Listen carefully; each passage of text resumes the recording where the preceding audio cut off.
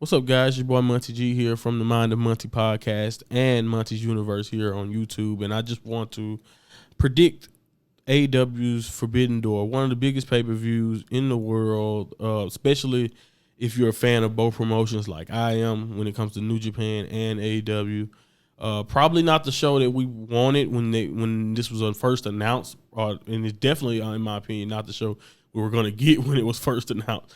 But I still think they packed a pretty, fun card here, and I want to get into it. So let's start off with the buy-in. Max Caster and the Gun Club versus New Japan Dojo's Kevin Knight, the DKC, Alex Coughlin, and Yuya Uemura. So this was tough. Again, I love the Dojo guys. I love Kevin Knight. I think he has potential. I love the DKC. I know Alex Coughlin and Yuya Uemura from their Young Lion days, so it's always nice to see my guys grow up in a way kind of right before my very eyes. And if you watch Strong, you've seen a lot of the flashes of potential from a lot of the guys in this tag match, like Coughlin and Uemura and that drop kick of Kevin Knight's. And, again, like I said, a little bit of DKC, but I don't know why. For some reason, the Gun Club is who I'm picking, even though I can definitely see the New Japan Dojos getting that win, establishing a tone that New Japan is the threat for the night. It's just really, really tough for me because I'm going against what I know as New Japan logic, where a lot of the younger guys usually don't win. But I don't necessarily know where to go with that one, because you can make the case for the Gun Club because they're kind of a comedy act that they don't necessarily win either. So, man, that's really, really rough. Really, really rough. Maybe I'm going to stick with my pick and say with the Gun Club, but it's just really a tough one to start off here. Another tough one, Swerving Our Glory against El Desperado and Yoshinobu Kanemaru. Again, one of the best junior tag team in the world when it comes to Despy and Kanemaru, and multiple time junior tag champions.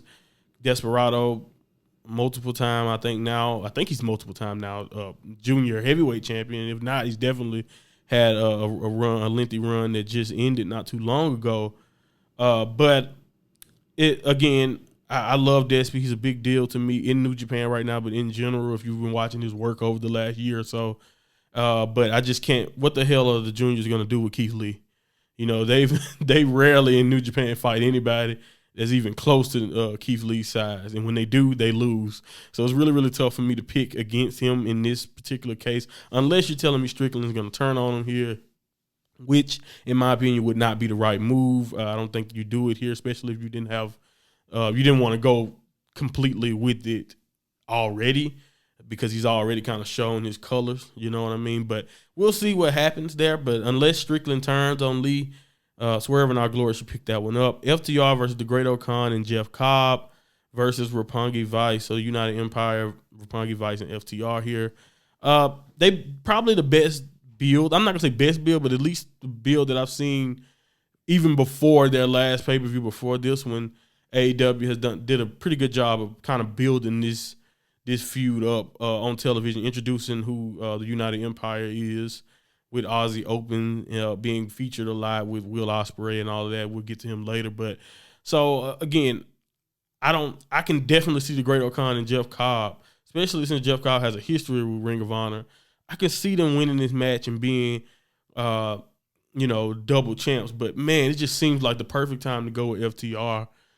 They've been on a roll, you know what I'm saying? And it's just hard for me to pick against them in this spot. Maybe you have the Great O'Khan and pin Roppongi Vice, and that'd be a way that FTR can lose their belts without getting pinned.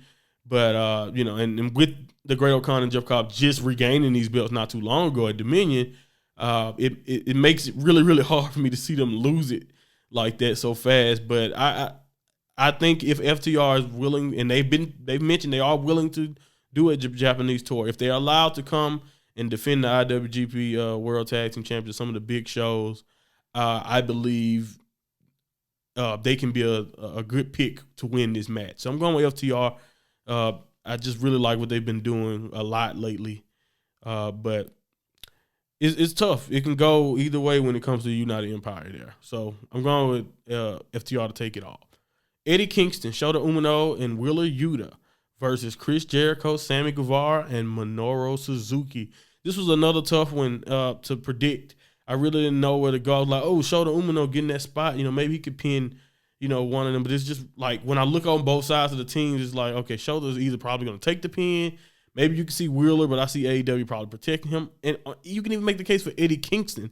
And the thing that really sold me on going with Chris Jericho and Sammy Guevara for this one and Minoro Suzuki, I'm going for that team because I believe, honestly, that sets them up going into Blood and Guts the best.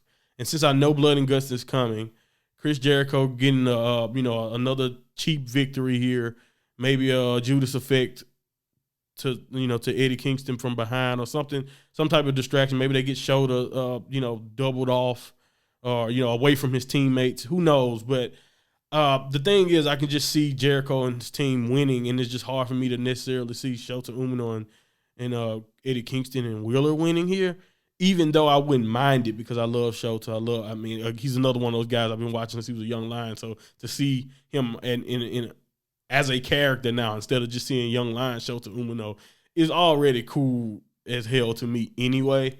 But yeah, I'm thinking the young guys go down here with Eddie Kingston and Chris Jericho, Sammy, and Minoro stands tall this night. And then Blood and Guts, the JAS finally gets their ass whooped by Eddie Kingston and company. So that's what I'm going to say happens. We'll see.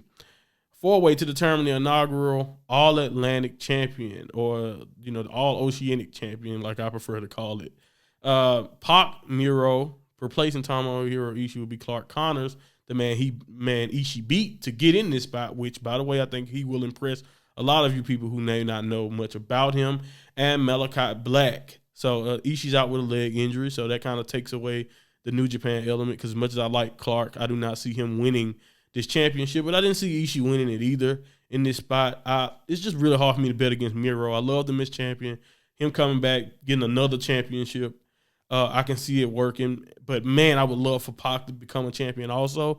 So this is really, really tough. Really, really tough. I'm going with Miro here just because the promo that he kind of gave right before this show was just well done and perfectly executed. And I don't know, I'm ready for another Miro title reign, but I'm not opposed to Pac winning this match at all. Those are my two favorites here, but I put me down for Miro. IWGP United States Championship, Orange Cassidy versus Will Ospreay.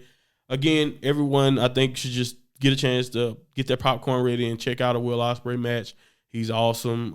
No matter what Kenny Omega says, and in their back and forth, that match, by the way, whenever it happens, it's gonna be great because they seem to not like each other much when you think about the things they've said about each other. But this is not about that. This is about Ospreay and Orange Cassidy. And Orange Cassidy in his return to basically full contact wrestling.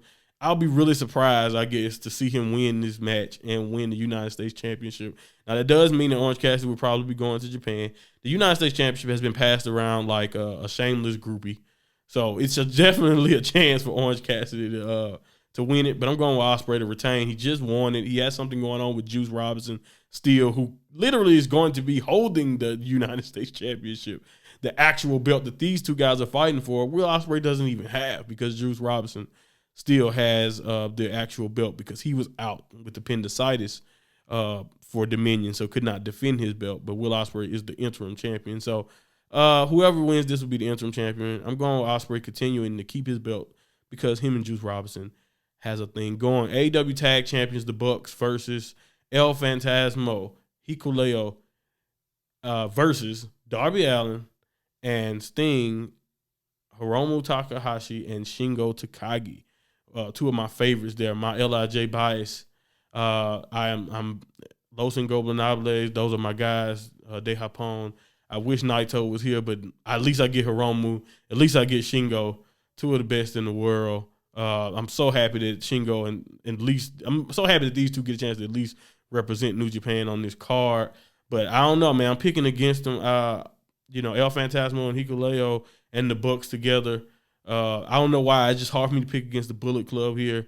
Mostly because every time I try to pick Darby Allin and support him, AEW as of late has just been like, no, we want Darby to lose this match. So it's really hard for me to support Darby because he's let me down a lot lately. And I think maybe they're trying to tell a story where Darby is falling off a little bit. probably because of his antics, and maybe he turns heel in the future and blames Sting down the line. But I don't know when to expect something like that, and I really don't necessarily know if I can guarantee that happening here. But again, it's hard for me to pick against the Bucks and Bullet Club here. They've been on a run in New Japan, and I think that continues here. Bryan Danielson's hand-picked choice versus Zack Sabre Jr. Surprise opponents. I'm always going to pick surprise opponents. Depending on who it is, I can see Zack Sabre Jr. winning. Either way it goes, this is not about the result. This is not about the angle. This is about the contest, the match. And whoever it is going to kill it most likely with Zack Sabre Jr. because Zack is a freaking genius. He knows exactly what he's doing in there. Awesome wrestler Zack Sabre Jr. is. I'm so happy that the world can get a chance to look at the submission master, one of the, just like I said, best in the world. I don't know how to put it without sounding redundant. So yeah, I would love Zack to win and just talk a bunch of mess as he tends to do.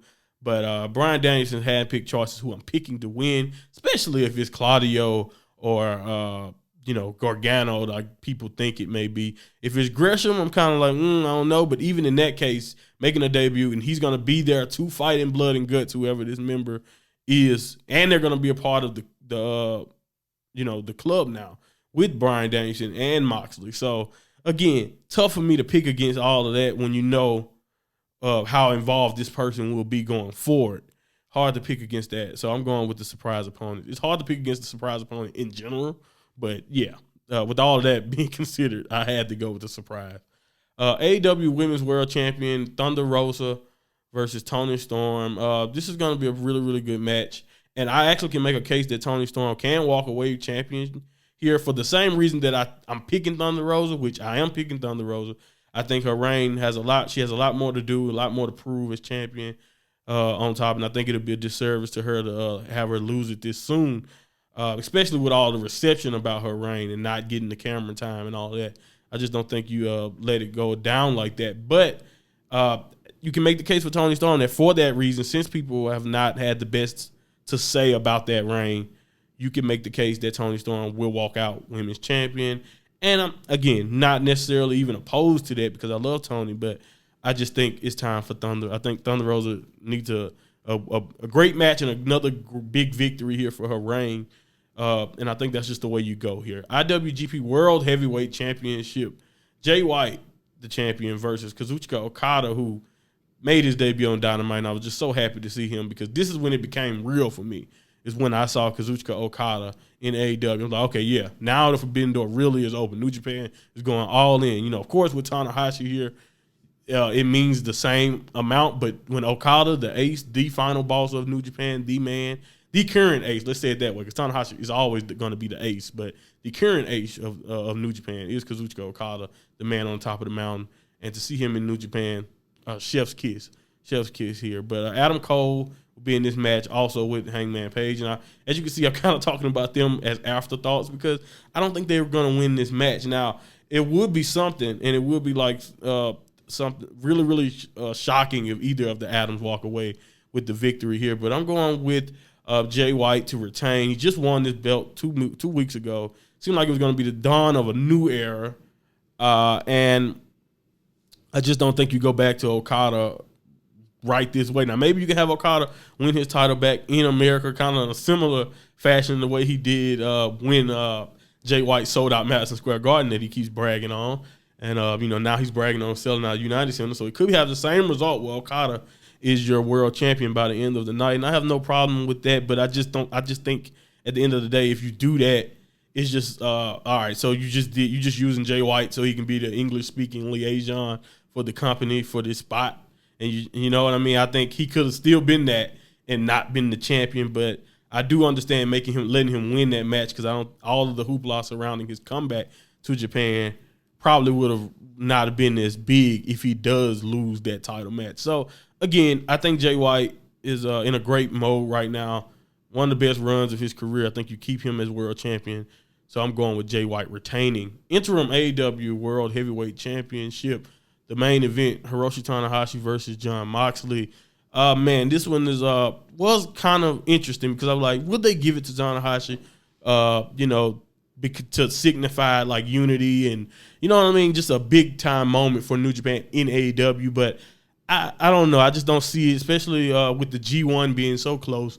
It is next month. It is in July. And if Tanahashi walks away with World Championship, as a matter of fact, if any New Japan person walks away with an AEW title, not any of them, but definitely Tanahashi, who's in the G1. And I think Okan and Jeff Cobb are also in the G1, but luckily it's the Ring of Honor titles. It's not so much the AEW tag titles that will be held hostage. But anyway, the point I'm trying to make is while they're in the G1 for July and I think the first part of August, they will not probably be active in AEW. There's no way Tanahashi will be. You will get Tanahashi injured that way if you think he can work a G1 and come to America and work as a world champion. Even though there's definitely some ways that they can present him, still I can see it, but it's just again so much extra work there. I think it's easier and safer to go with Jon Moxley, someone who's already been world champion, and someone who can carry you guys through these injuries and all the things that they have going on right now in AEW. Those are my picks. Like, comment, subscribe. Continue to share my videos. I appreciate all the interaction. The view count continuing to rise. I'm just trying to continue to be more consistent on this channel. So I thank everyone for watching. And, yeah, adios. Enjoy the show.